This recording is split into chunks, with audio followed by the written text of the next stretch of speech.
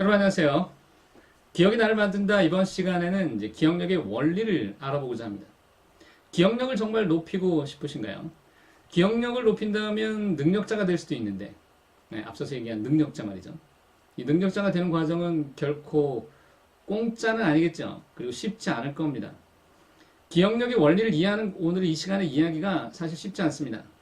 어려운 얘기를 좀 할 텐데, 그러나 이 내용들을 정확하게 알아야 우리가 이것을 가지고 진짜 기억을 향상시킬 수 있는 방법을 찾을 수 있어요.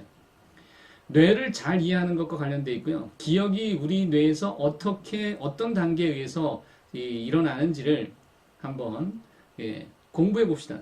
그리고 이 내용들이 진짜 기억력 향상법과 관련되어 있으니 이거는 좀 힘들더라도 끝까지 포기하지 말고 따라와 보시기 바랍니다. 기억이라고 하는 건 크게 우리가 뭐 단기 기억, 또 장기 기억 이렇게 두 가지로 나누었던 때가 있었어요. 단기 기억이라고 하는 건 그냥 쉽게 사라져 버리는 것들인데 정보가 들어왔다가 내가 의도적으로 그걸 기억하려고 하지 않으면 소위 장기 기억, 오랫동안 남는 기억으로 되지 못해서 사라져 버리는 걸 단기 기억이라고 했는데 요즘엔 이 단기 기억을 이제 조금 더 여러 가지로 설명을 합니다. 그냥 간단하게 봅시다. 단기 기억 아니면 장기 기억인데 그것을 세 단계로 다시 나누어 볼 때 감각 기억이 작업 기억이 되고 그것이 다시 장기 기억으로 바뀐다. 이렇게 이제 얘기를 하면 장기 기억을 잘 만들어내는 힘이 기억력이에요. 그럼 이제 기억의 단계는 어떻게 다시 나누어 볼 수 있을까? 기억의 단계는 정보라고 하는 것을 우리가 기억하잖아요. 그죠? 그 정보를 뭐 하냐면 일단 받아들여야 돼요. 그것을 우리는 입력이라고 얘기합니다. 컴퓨터에 정보를 입력하는 입력 장치가 있듯이 우리에게도 입력이라는 단계가 있습니다. 이 입력을 지나면 그 다음에 저장을 하는 단계, 뇌에서 저장하는 단계, 그 다음에 세 번째 단계가 그것을 이제 불러다가 쓰는 단계예요. 기억은 크게 세 단계로 구성되어 있다. 뭐라고요? 입력, 저장, 그리고 회상 또는 인출 이렇게 표현합니다. 이 세 단계가 묶어서 기억이에요. 만약에 여러분이 여기서 기억해내는 것을 단지 앞에서 입력하는 것으로만 생각했다면 기억의 진짜를 잘 모르고 부분만 가지고 계속 거기서 아둥바둥하는 거랑 비슷해요. 입력하자 해놨지만 만약에 그 정보가 어디에 있는지 나중에 꺼냈을 수 없다면 통장 잔고가 1,000억인데 돈을 인출할 수 없는 것과 같다 생각해 보십시오. 답답하겠죠. 또는 자기가 돈이 있는지 없는지도 모른다. 황당하겠죠. 그렇다면 우리는 이 세 가지를 다 잘할 수 있어야 됩니다. 이것은 아주 뭐 이렇게 복잡하게 얽혀있기 때문에 어느 하나 따로따로 분리해서 설명하기 참 어렵지만 그래도 전략적으로는요 어느 특정 단계를 더 강화시킬 수가 있거든요. 그게 진짜 기억법이 됩니다. 그리고 학습법도 되고요. 자, 그렇다면 이제 우리는 첫 번째 기억의 단계인 입력의 단계를 한번 찾아봅시다. 입력이라고 하는 것은 인코딩이라는 말로 쓰는데 인코딩은 컴퓨터 용어이기도 하죠. 컴퓨터는 정보를 자신만의 언어 체계로 바꾸어서 저장을 하지 않습니까? 사람도 비슷해요. 근데 이 정보가 들어왔을 때 나한테 어떤 의미가 있는지 그 의미가 크게 다가올수록 중요한 얘기죠. 의미가 크게 다가올수록 잘 저장이 되고 또 이미 기존에 있는 장기 기억과 연결이 될 때 기억이 잘 돼요. 두 가지 기억하세요. 의미 있게 만드는 것과 연결시키면 된다. 그러면 기억이 잘 되는 방법이 돼요. 자, 인코딩 방법에 그래서 우리가 쓸 수 있는 기법이 나중에 다시 소개하겠지만 예를 들면 심상 기법이라든지 시연, 리허설이라든지 아니면 매개, 메디에이션이라든지 이런 것들이 있거든요. 입력 단계의 또 다른 용어로서 그 말 그대로 학습이 있습니다. 배운다는 거죠.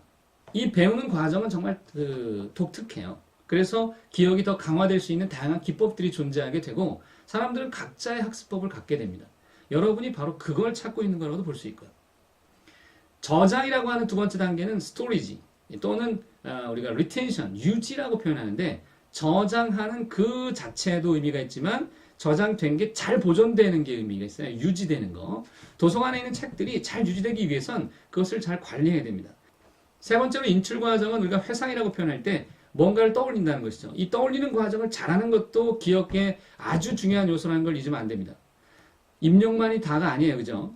이 리콜에서 보통 이거를 회수라는 표현에 리트리버이라는 단어를 쓰기도 하는데 이 리트리버는 검색의 의미가 담겨 있거든요.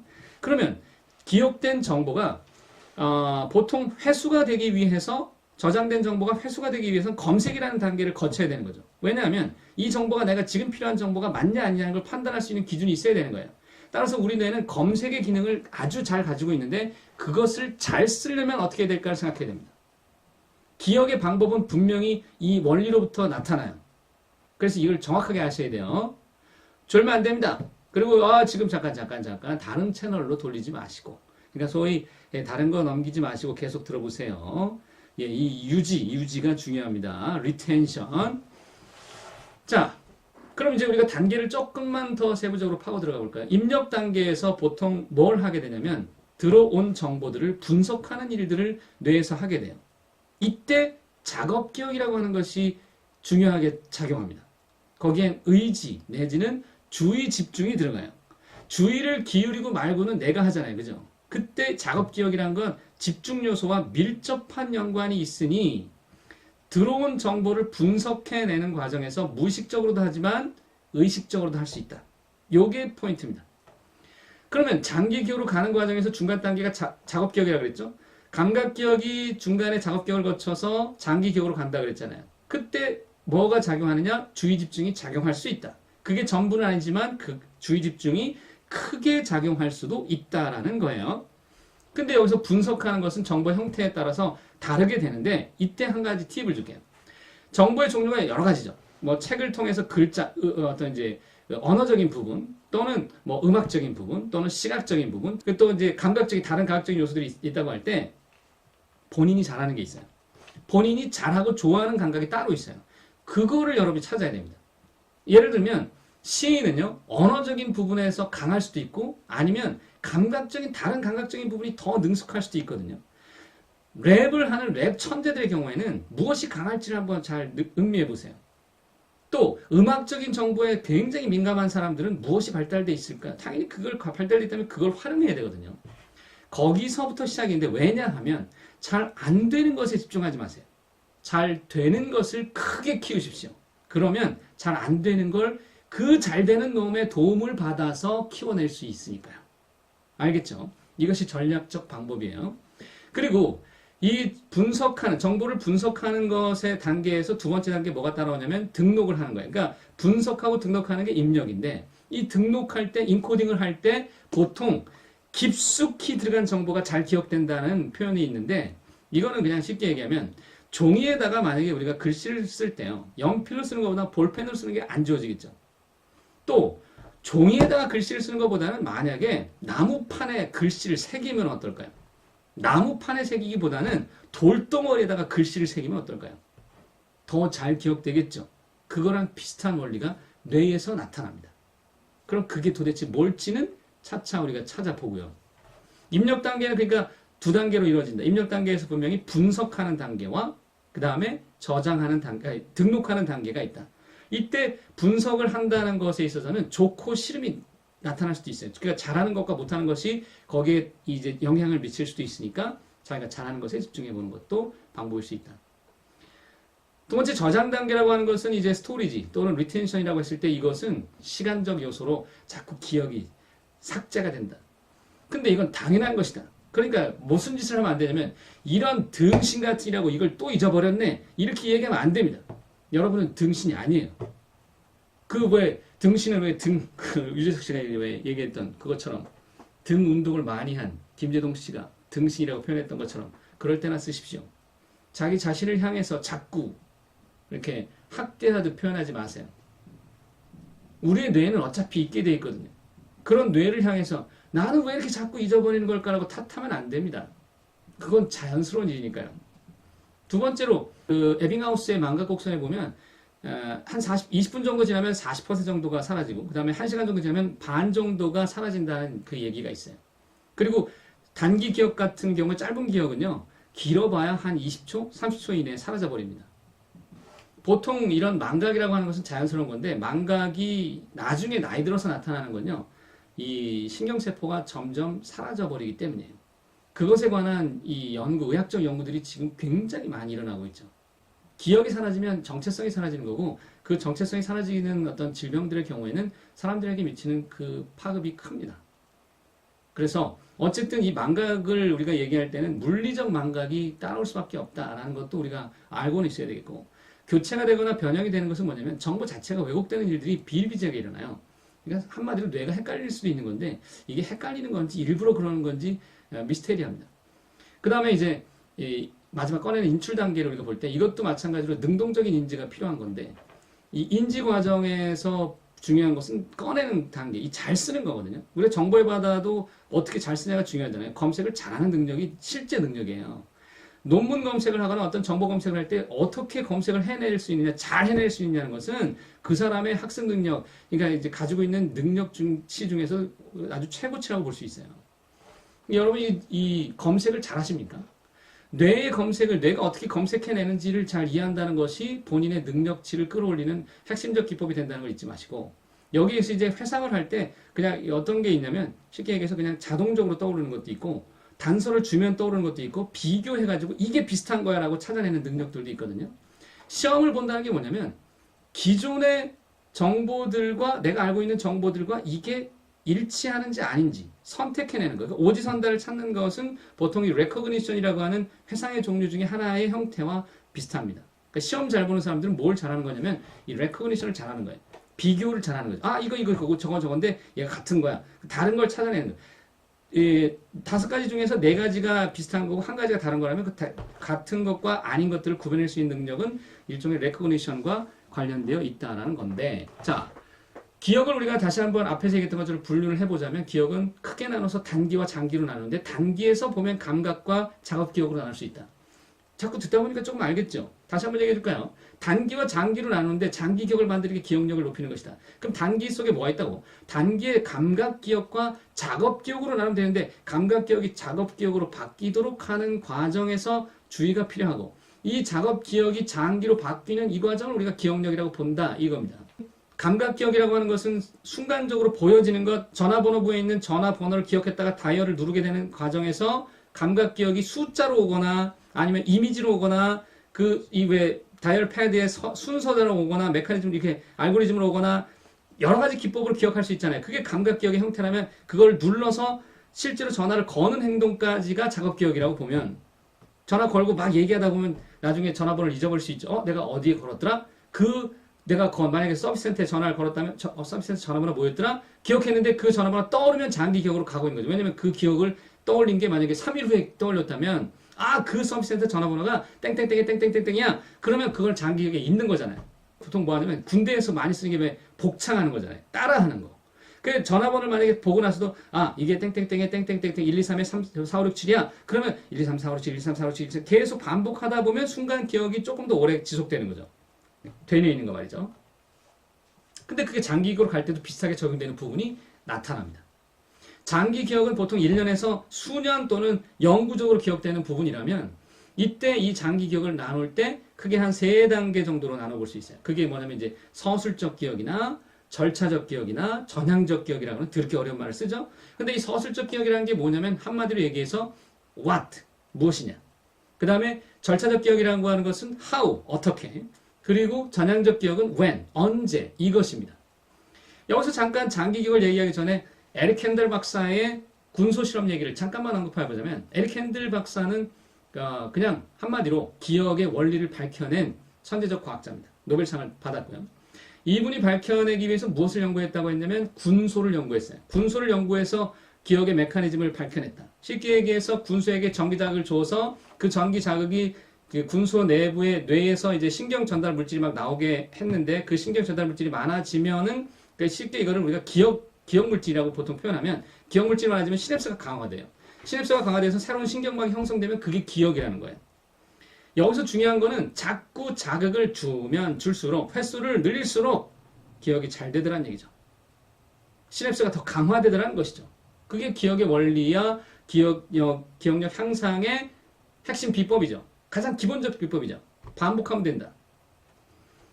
서술적 기억에 대한 얘기를 장기기억에서 서술적 기억과 전향적 기억과 또는 절차적 기억을 얘기할 때 서술적 기억은 what, 무엇이냐고 했을 때 여기 속에도 예를 들면 의미적 기억과 일화적 기억이 있는데 그래서 의미적 기억이 뭐냐면 사건 또는 뭐 사람, 사물, 장소 뭐 이런 것들에 대한 기억이기 때문에 얘네들은 공부를 해줘야 돼. 특히 의미적 기억은 공부를 해줘야만 이게 이제 기억이 오래 갑니다. 이 의미적 기억을 의도적으로 학습을 해서 얻어지는 거라면 얘는 나중에 가면요. 기억을 하려고 애를 쓰지 않는 순간 먼저 사라지는 게 의미적 기억이에요. 어느 나라의 수도를 기억하십니까? 라고 물었을 때 배워야 알 수 있죠. 역사적 사건이 일어난 때와 그 사건을 설명해보라고 했을 때 배워야 알 수 있는 것이죠. 그런 것들이 의미적 기억이에요. 또 일화적 기억은 뭐냐? 경험적 사건인데 얘네들 좀 다릅니다. 경험적 사건은 특이하게도 의도적으로 막 기억하려고 하지 않아도 기억이 남아요. 어젯밤에 뭐 먹었니? 그랬을 때 형 어제 뭐 먹었는데요? 금방 떠오르죠. 지난 생일 파티에 뭐 했니? 예, 이런 거 저런 거 했습니다. 그런 건 쉽게 나오잖아요. 그걸 막 공부해서 기억하는 게 아니죠. 그게 일화적 기억이에요. 서술적 기억이라는 것 속에 의미와 일화가 있다고 할 때 걔네 둘은 성격이 좀 다르죠. 의미적 기억만을 강화시킨다고 해서 기억력이 더 좋아지는 건 아닙니다. 왜냐하면 의미적 기억은 아까 얘기했던 것처럼 자꾸 잊혀지기 마련인데 거기에만 자꾸 내가 기억해야 된다고 하는 것보다는 다른 기억의 힘을 빌어서 서술적 기억의 what, 그 의미적 기억을 더 강화시키는 것도 방법이 될 수 있어요. 절차적 기억이라고 하는 것은 이제 how인데 이거는 이제 어떤 기술을 익히거나 조작 방법을 익히거나 뭐 이런 거예요. 예를 들어서 스키를 타는 법을 배우면 한 번 배우고 나면 평생 안 잊혀져요. 자전거 타는 법을 여러분이 어렸을 때 배웠는데 나중에 성인이 돼서 잊혀져 가지고 다시 배웁니까? 아니죠. 한 번 배우면 안 잊혀지는 거. 그게 절차적 기억이에요. 습득 과정은 좀 어려운데 한 번 배우면 잘 안 잊혀져요. 절차적 기억이 그래요. how가. 그럼 여러분 이걸 써먹을 수 있는 방법은 없을까요?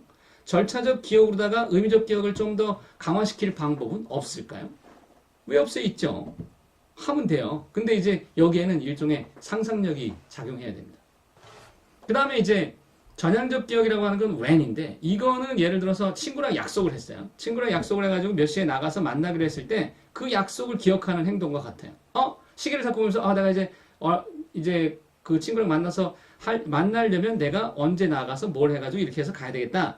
이거는 시간에 대해서 검토하는 능력이 있어요. 시간의 어떤 흐름을 검토하거나 시간을 예측하거나 하는 행동을 예측하는 것들과 관련되어 있다.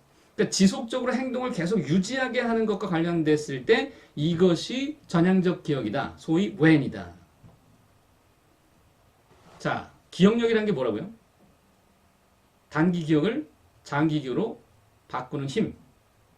그것을 우리가 일단 이해해야 되겠고 또 한 가지가 있습니다. 그것을 메타 메모리. 우리말로 메타 기억이라고 합니다. 메타인지에 관심이 있는 분들이 많죠.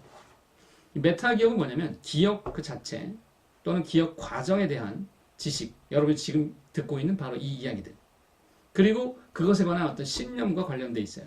그게 무슨 얘기냐면 내가 기억력이 얼마나 되는지에 대한 능력, 내 능력치와 용량을 알고 있는 것. 그리고 내가 어떤 특정 부분에 대해서 기억을 잘할 수 있는지 아닌지를 정확히 파악하고 있기 때문에 그것을 도와주기 위한 전략적인 방법을 구사할지 아닐지를 스스로 알고 있는 것.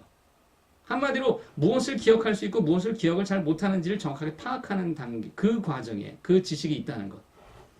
그걸 조정할 수 있다면 조절하고 계획하고 전략적으로 할 수 있다는 것 자체가 메타 기억이라는 것이죠. 이것은 기억력을 높이는 데 있어서 필수적인 요소입니다. 여러분이 메모하는 습관을 갖고 있다는 것만으로도 메모가 잘 된다는 게 뭔지 알아요? 메모를 해야 된다는 상황을 기억하는 겁니다. 보통 메모지가 있다는 걸 잊어버리거나 메모를 해야 되는 상황 자체를 잊어버리면 본인이 들고 다니는 수첩도 무용지물이 되잖아요. 핸드폰에 메모가 있어도 어플이 있어도 쓰지 못하는 건 언제 메모를 해야 될지 자꾸 잊어버리기 때문이에요. 메타 기억은 간단히 말해서 내가 메모를 해야 된다. 왜냐하면 이 부분이 내가 기억이 약하다. 또는 이걸 나중에 이렇게 써먹어야 되겠다고 하는 리허설을 미리 해본 거예요. 그리고 메모가 활용 가치가 높아지는 건 뭐예요? 그 메모지를 다시 보고 진짜로 쓰는 거죠. 그게 기억의 전체 과정 속에 들어있어요. 메모만 해놓고 메모지를 잊어버리면 무용지물이잖아요. 메타인지 여기서부터 시작입니다. 오늘 이야기의 이 시간의 이야기는 굉장히 중요한 얘기들로 파생될 겁니다. 다시 들어보세요, 이거를. 그래서 이 시간에 간략하게 마무리 지으면서 기억력을 높일 수 있는 방법을 어떻게 구사할 수 있을까? 찾아볼까요? 몇 가지만. 예를 들면 이제 반복 학습하기 효과가 있죠. 에릭 캔들 박사가 군수에게 계속 자극을 줘서 기억력이 강화되는, 소위 시냅스가 강화되는 걸 봤기 때문에 우리는 그 방법을 쓰는 겁니다. 반복 학습하는 겁니다. 자꾸 하다 보면 시냅스가 강해집니다. 당연한 얘기죠. 누구나 알고 있는 얘기 같죠. 근데 여기에도 또 다른 기법들이 숨어 있어요. 전략적인 부분이. 그리고 과잉학습이라는 게 있는데 이미 기억된 장기 기억은 뭐 되기 쉽습니까? 자꾸 잊혀지기 마련이죠. 망각은 자연스러운 거거든요. 그러니까 그걸 망각하지 않도록 하려면, 왜곡되지 않게 하려면 뭐 하는 거냐면 다시 보는 겁니다. 10번 읽을 책을 15번 읽는 거죠. 또 보는 거예요. 5번을 더 보는 거예요. 진짜로 잘 알고 있는 베테랑이 자기 전문 서적을 또 읽고 또 읽는 거예요. 그리고 더불어 뭐도 있냐면 뭐 예를 들면 이제 인코딩만 강화시킬 수 있는 방법은 없을까 할 때 아까 얘기했던 것처럼 어떤 심상 기법, 이미지 만드는 거, 리허설 기법, 또는 뭐 청킹이라고 해가지고 묶어서 하는 거, 그리고 카테고라이제이션에서 이제 그 분류화를, 범주화를 하는 거라든가, 또는 중심 단어만 뭐 외운다거나 반복적으로 한다는 그런 기법 등이 이러한 인코딩을 강화시키는 방법일 수 있는데, 이런 부분에 관해서 우리가 기억의 원리를 정확하게 이해한다면 전략이 아주 구체화되기 시작할 겁니다. 기억력의 실질적 향상법이 기대되신다면 다음 시간에 뵙겠습니다. 고맙습니다.